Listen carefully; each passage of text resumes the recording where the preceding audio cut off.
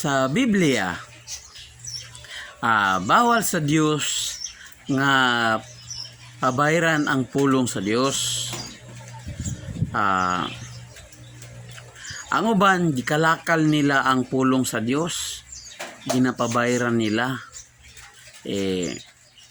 Matod pa sa atong Ginoong Kristo sa 28:20 sa Mateo nga itudlo kanila ang tanang mga butang nga gisugo ko kaninyo, nga managbantay sila sa tanang butang nga gisugo ko kaninyo. Matod pa sa atong Ginoong Kristo, ang tanang butang kuno nga gisugo sa atong Ginoo pagabantayan. So karon, ang pulong sa Dios dili angay pagabayaran sa tao. Ang Dios nagsugo, daghang kay sugo sa Dios. Number 1, ang pabayaran gani sa tao kanang kasal. Kanang kasal sa sulod sa iglesia bawal ka na magbayad. Kaya ang kasal sa Dios walay bayad.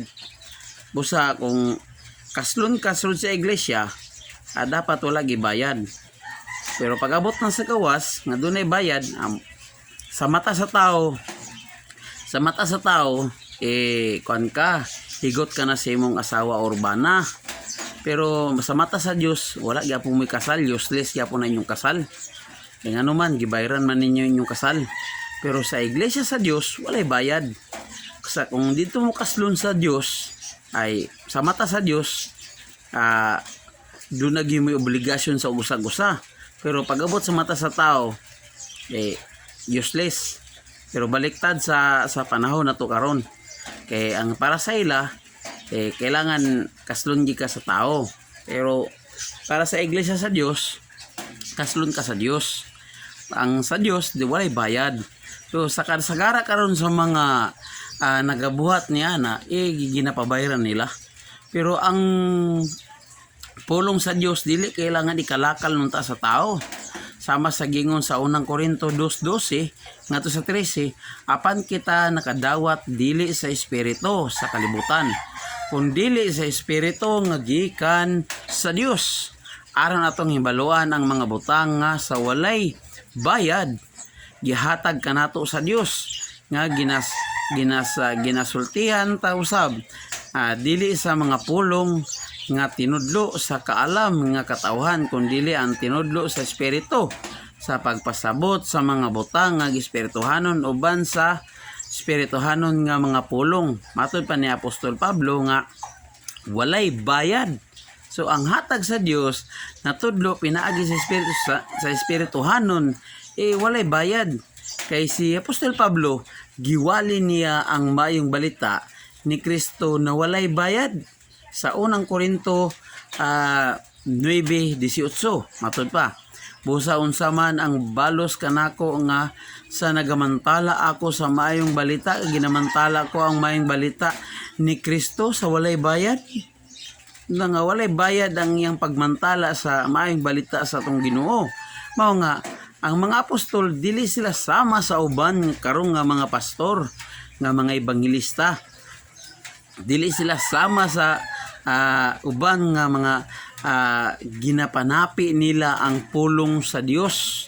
Sa ikaduhang Korinto 2:17, kay kami dili ingon sa daghan nga nanapi lamang pinagi sa pulong sa Dios, kundili ingon nga mga minatud-on, kundili ingon nga gikan sa Dios. Sa tubangan sa Dios nagasulti kami tungod kang Kristo. Muna nga matod pa sa mga apostol, kami dili ingon sa daghan nga nanapi lamang. So ang mga apostol wala sila nadato, kay nga naman wa man sila nanapi, pero tanawon karon natong mga ubang pastor ay tsada pa kay balay, tsada pa kayo og kaning mga sakyanan, nindot pa kay mga alahas, tungod kay gipanapi nila ang mga membro nila, pinaagyan ng 10%. 10% tandaan karon, sure money ko ng 10%. Bao nga, ang ginabuhat karon nila, nanapi ra sila sa ilang membro. Wala nila giunauna ang kaluwasan sa tao, kundi kwarta. Busa, ang mga apostol, sa iglesia sa Dios dili ka madato. Di ka madato kay bawal man sa Dios nga manapi ka. Og ang buluhaton sa sulod sa iglesia dili man ginabulsa sa evangelista or pastor sa iglesia. Di man ibulsa ang kwarta, kundi itabang sa mga kaigsuunan, ipakaon sa mga kaigsuunan. Muna buhat sa mga tinuod nga iglesia sa Dios.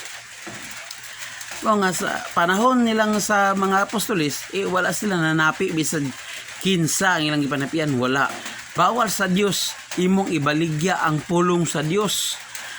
Bisan sa panahon pang patriarka, sa panultihon, sa Proverbs 23:23 matud pa, palita ang kamatuoran og ayaw kini pag ibaligya o ang kaalam og pahamatngon og ang salabutan. Dili nimo ibaligya ang kaalam, pahamatngon og ang salabutan. Dili nimo ibaligya ang kamatuoran. So matod pa ni Apostol Pablo sa ika-2 Korinto 11:7, kung makasalaba ako tungod sa ilabihang pagpaubos ko sa akong kaugalingon, aron pagbayawon kamo kay gimantala ko kaninyo ang mayong balita sa Dios sa walay bayad. Wala gani bayad. Ang mayong balita sa Dios, ang pulong sa Dios, ang mga sugo sa Dios nga pagatumanon sa tao.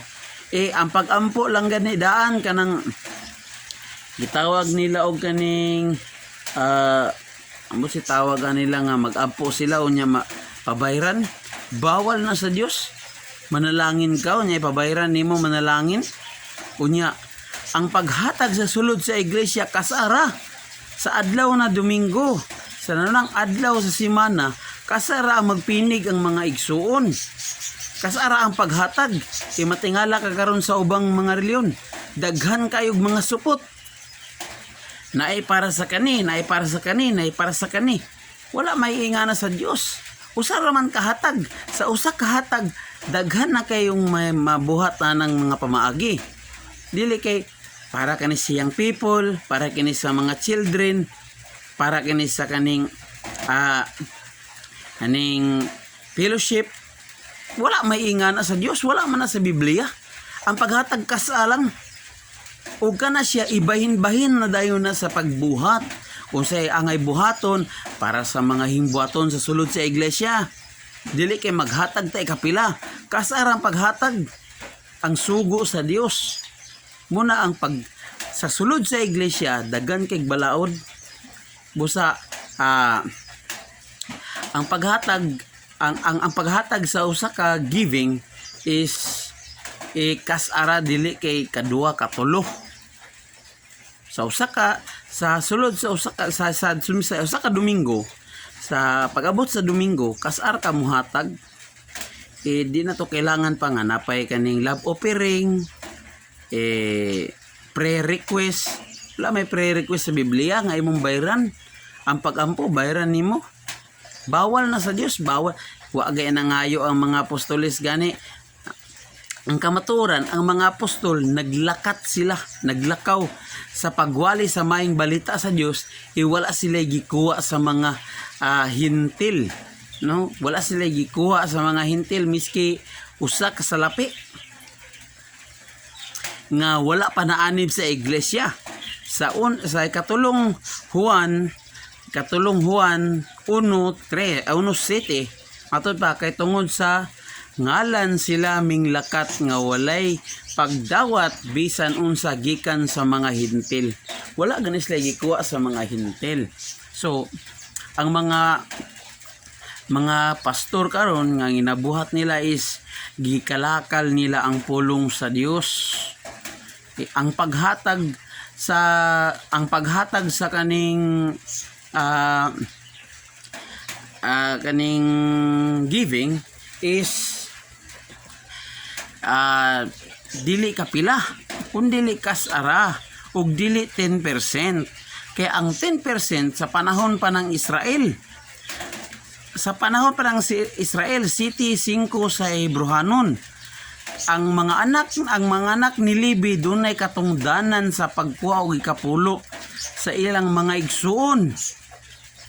Kini sila gikan sa hawak ni Abraham. ang mga saserdote kini sila dunay katungdanan. Ikaron sa nahitabo sa saserdote sa 12 sa City 12 sa Hebrohanon kay giilisdan na ang pagkasaserdote o kinahanglan usab ilisdan ang kasuguan. So unsa may giilis nga kasuguan? Ay kaduhang Korinto 9:7 maghatag uyon sa atong kasing-kasing na nga paghatag sibo sa atong kasing-kasing nga dili dunay kasubo kay gihigugma sa Dios ang humalahatag nga malipayon. So pinaagi sa atong kasing-kasing dili 10%. O gusto sab ang pulong sa Dios dili angay ikalakal sa pastor, dili angay ipangwarta, dili angay ibaligya.